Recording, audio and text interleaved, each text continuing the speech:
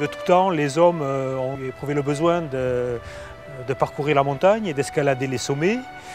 Aujourd'hui, je crois que la montagne offre de l'air pur, offre une nature à l'état intact, offre un terrain de jeu tout à fait fantastique.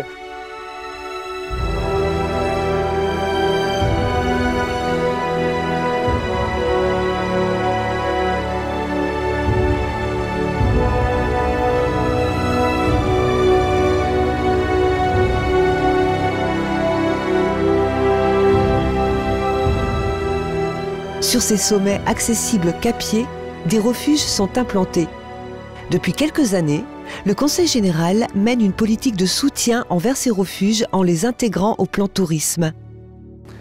Alors nous avons intégré les refuges au plan tourisme parce qu'ils constituent une offre indispensable au tourisme d'été.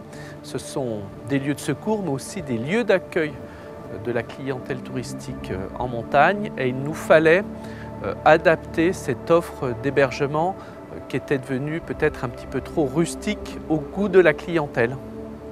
Alors l'Assemblée départementale, à ma demande, a proposé en 2009 un dispositif exceptionnel où le département de la Savoie apporte 50% de subventions sans limitation et sans plafond de subvention sur les 47 refuges répertoriés en tant que tels en Savoie. 19 ont bénéficié ou vont bénéficier de ce dispositif. Ça sera pour le département un engagement financier de près de 8 millions d'euros qui aura déclenché des travaux à hauteur de 15-16 millions d'euros, ce qui permet d'ailleurs aussi de soutenir dans notre département l'activité du bâtiment.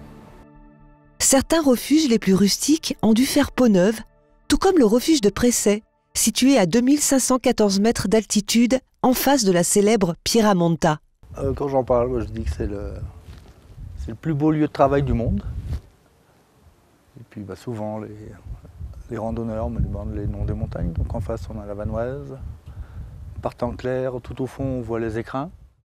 Ce refuge de Pressay, c'était un vieux refuge construit en 1962, qui était vétuste, qui ne répondait plus depuis longtemps aux normes de confort et de sécurité qui sont maintenant exigées des refuges, qui ne faisait que 22 places et qui était menacé de toute façon de démolition de par sa vétusté. Donc il fallait faire quelque chose et ce qui a été décidé, c'est de reconstruire, de démolir le vieux refuge et d'en reconstruire un neuf. Le 1er juillet 2013, le refuge de Pressay accueille ses premiers randonneurs. Très bien dormi, alors que d'habitude les refuges quand même, faut dire ce qui est assez bruyant. Et en plus il est joli, je trouve qu'il est très très esthétique.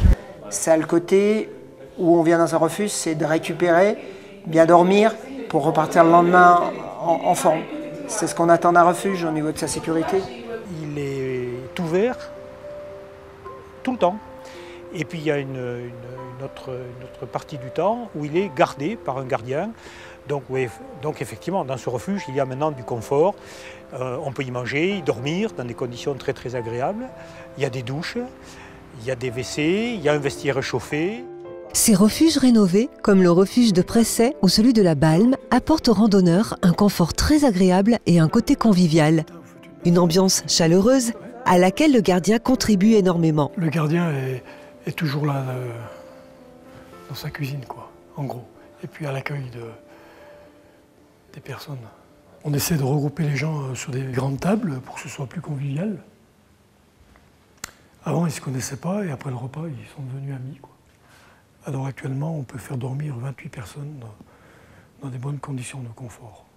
Le refuge, moi je trouve, c'est aussi un endroit de rencontre. Et je trouve c'est ce côté d'avoir des contacts. Et ce côté convivial, moi je trouve c'est très très important. Un investissement important pour le Conseil général, financé par le plan tourisme. Nous avons cédé des actifs sur Courchevel, également du foncier qui sert à des constructions touristiques. Et grâce à cet argent, eh bien, nous avons mis en place un plan tourisme exceptionnel de 65 millions d'euros pour booster notamment le tourisme d'été dans notre département. Cet été, ces refuges ont connu un grand succès et affichaient souvent complet. De nombreux randonneurs préféraient même réserver. Beaucoup de gens s'imaginent que les refuges, c'est réservé aux alpinistes, que c'est difficile d'accès, que c'est fait pour une élite, alors que pas du tout. Ces refuges sont faits pour accueillir les familles, les enfants, les scolaires. D'ailleurs, le message que j'ai, si message il y a, venez tous en montagne, venez tous dans nos refuges.